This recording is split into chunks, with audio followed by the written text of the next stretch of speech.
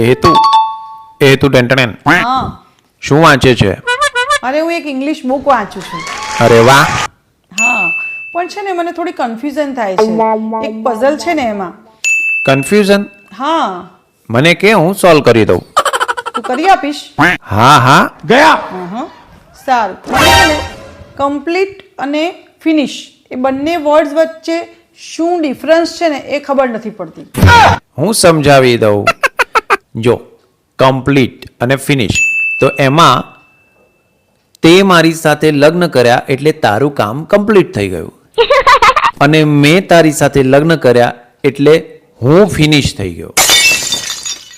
અચ્છા એવું હોય. સમજી ગઈ? હા કમ્પ્લીટલી સમજી ગઈ. બરાબર એકદમ કમ્પ્લીટ. પણ હવે તું છે ને ફિનિશ.